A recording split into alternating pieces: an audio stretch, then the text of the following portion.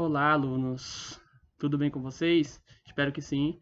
Aqui é o professor Adelmo Silva. Vamos lá para a nossa aula de ciências. A nossa aula de hoje é sobre o tema herança genética e evolução. Vamos lá. Primeiramente, a gente vai revisar um pouquinho sobre a aula da semana passada, ok? Vejam só, semana passada a gente estudou um pouquinho sobre evolução. E dentro do tema evolução, a gente também estudou as ideias de Charles Darwin, ok? As ideias do naturalista inglês Charles Darwin são conhecidas como darwinismo, ok? Basicamente se resume em duas ideias principais, a seleção natural e as adaptações, ok?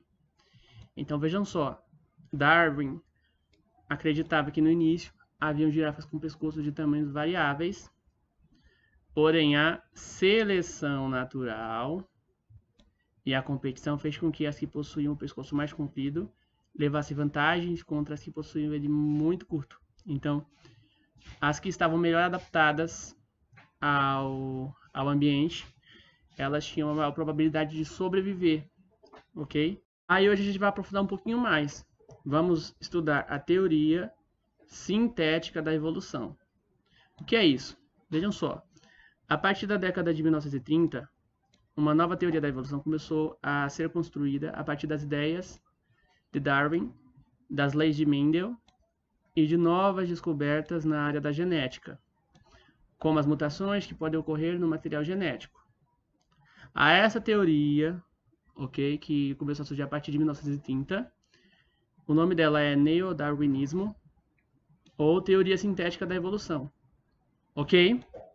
Vejam só, essa nova teoria da evolução, que é a teoria sintética da evolução, ela explica um maior número de fenômenos do que a teoria de Darwin e afeta, além da biologia evolutiva, praticamente todas as áreas das ciências relacionadas, como a paleontologia, que estuda o passado dos seres vivos. Então, por meio da genética, de Mendel, e de outras áreas das ciências, foi surgido a teoria sintética da evolução, ok? Para a gente compreender ela melhor, a gente precisa adentrar um pouquinho sobre as leis de Mendel, sobre a teoria de Mendel, ok? Para a gente conseguir ir mais a fundo. Quem foi Gregor Mendel? Gregor Mendel, esse cara aqui, tá? Ele foi um biólogo, um botânico e monge austríaco, ou seja, ele era um homem de muita fé. Foi ele quem descobriu as leis da genética, portanto, Gregor Mendel foi chamado o pai da genética. Ele trabalhava principalmente na teoria dele com ervilhas, tá certo? Da espécie Pisum sativum. Ele analisou, por exemplo, diversas características das ervilhas, por exemplo, a cor, a posição, a textura, a forma, ok? E ele descobriu que essas características genéticas passam das plantas mães para as plantas filhas, ok? São características hereditárias. Resumidamente, a ideia de hereditariedade ou herança genética tem a ver com o fato de que os pais, a geração antiga, transmitem as características hereditárias para os seus descendentes. Vocês podem ver aqui, que as cores das borboletas, filhas, são uma herança genética que veio da geração dos pais, ok? É importante a gente conhecer o que é o DNA, ok? O DNA é essa molécula aqui, de dupla hélice, ok? E aqui vocês podem visualizar uma imagem do DNA, só que com movimentação. Perceberam que é uma dupla hélice? Quem descobriu esse modelo de dupla hélice foram os cientistas Watson e Crick, ok? Do DNA. Aí a gente tem que tomar cuidado para não confundir o DNA, que é onde estão nossas características genéticas, né? Não pode ser confundido com o RNA. São substâncias diferentes, ok? O DNA significa ácido desoxirribonucleico e o RNA significa ácido ribonucleico, ok? O DNA, ele é responsável por armazenar as informações genéticas dos seres vivos. Já o RNA atua na produção das proteínas. O que são cromossomos? São estruturas compostas de DNA que, por sua vez, carregam os genes de um ser vivo. Aí observem que na espécie humana a gente tem um total de 46 cromossomos, ok? Aí vejam só, 44 cromossomos, que é esses aqui, ó, 44 cromossomos, são chamados de autossômicos, ou seja, são 44 cromossomos, ou seja, 22 pares. E um par, ou seja, 2 cromossomos, são chamados de cromossomos sexuais, os cromossomos X e Y. Por que eles são cromossomos sexuais? Vejam só, quando o pai, no caso o pai, né, e a mãe, vão gerar os descendentes, se os descendentes vierem, por exemplo, com um cromossomo X e um cromossomo X, é menina. XX é menina, geneticamente falando, ok? Já quando o descendente do casal tem um cromossomo X e o cromossomo Y, é menino, ok? Por isso que os cromossomos X e Y são chamados de cromossomos sexuais. A gente pode ver um pouquinho o que é variabilidade genética, ok? O que são mutações? O que são mutações? Vejam só, as mutações, elas são mudanças acidentais que ocorrem no DNA, que é o material que forma os genes, ok? Durante a reprodução dos seres vivos, ocasionalmente podem ocorrer mudanças acidentais no DNA. Okay? Essas mudanças são chamadas de mutações, ok? Mutações são isso, mudanças acidentais no DNA. Aí vejam só, essas mudanças fazem com que um gene se torne diferente do original, tá certo? Aqui é um exemplo de mutação genética que ocorreu com a mosca da banana, tá certo? À esquerda aqui, ó, a gente tem a mosca da banana selvagem, ok? Já que à direita, ó, essa outra mosca aqui à direita, ela é a mosca da mesma espécie, só que com uma mutação que faz com que as asas não se desenvolvam, ok? Aí vejam só, essa imagem aqui, ela foi ampliada 19 vezes, tá certo? Então, esse não é o tamanho original. Aí veja só, como é que podem ocorrer os eventos que causam as mutações? Eles podem acontecer, por exemplo, quando há erros durante a duplicação do DNA. As mutações também ocorrem quando o DNA é submetido a fatores ambientais capazes de modificá-lo, como a radioatividade, a ação de certos vírus e de alguns produtos químicos, tá certo? As mutações genéticas, tá? Também podem surgir no processo de reprodução assexuada. O que é a reprodução assexuada dos seres vivos? É a reprodução em que não há os gametas, tá certo? Dos seres vivos, ok? Quem se reproduz assexuadamente, assim, um exemplo, né, de reprodução assexuada ocorre nas bactérias, tá certo? Uma bactéria, ela aumenta de tamanho e se divide em 2 outras bactérias, tá certo? Isso é reprodução assexuada. Se uma mutação ocorrer no material genético da bactéria, o que acontece? Vão surgir 2 bactérias com o DNA diferenciado em relação à bactéria original, ok? Aí vejam só, essas mutações elas ocorrem ao acaso, ok? Então não é algo previsível. As mutações elas podem acontecer ao acaso, tá? A gente diz também que as mutações são acidentais ou aleatórias, ok?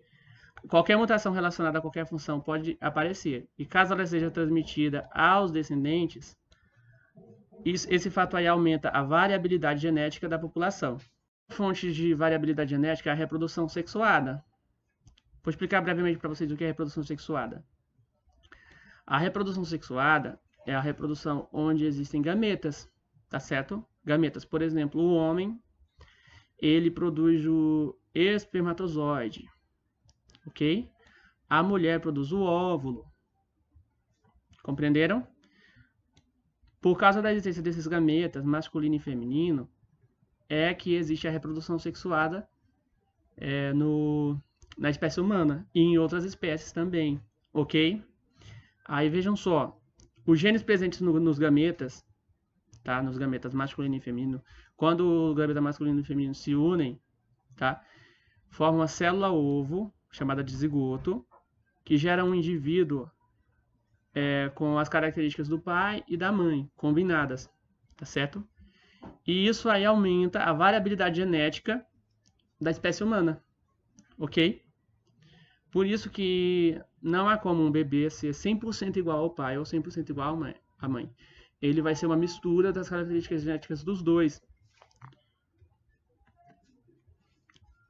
Abordemos agora um pouquinho sobre a seleção natural após Darwin, ok? Sabendo que a variabilidade genética é o fator que gera novas características, podemos compreender melhor como a seleção natural atua nos seres vivos, ok? Adaptações são moldadas pela seleção natural. Isso significa que, quando uma nova característica permite a sobrevivência dos indivíduos que a possuem e é passada de uma geração para outra por meio da reprodução, ela é considerada uma adaptação. Em alguns casos, é possível observar a ação da seleção natural em uma escala de tempo perceptível ao ser humano, como veremos a seguir. Aí vejam só. Nos últimos anos, tem sido cada vez mais comum encontrar alimentos orgânicos em mercados e feiras. Você sabe o que caracteriza esses alimentos? Alimentos orgânicos são cultivados sem o uso de agrotóxicos, também chamados de pesticidas ou defensivos agrícolas, e sem a aplicação de fertilizantes industriais.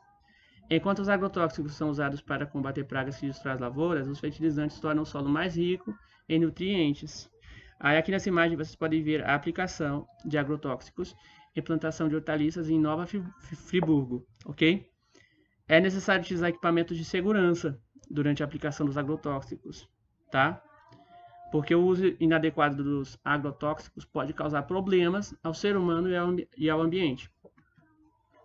Além dos problemas ambientais provocados pelo uso inadequado de agrotóxicos, verificou-se que, após mais de 60 anos de uso, muitas espécies de insetos que atacam as plantações tornam-se resistentes a vários pesticidas, ou seja, quando os agrotóxicos eles são usados inadequadamente, ok?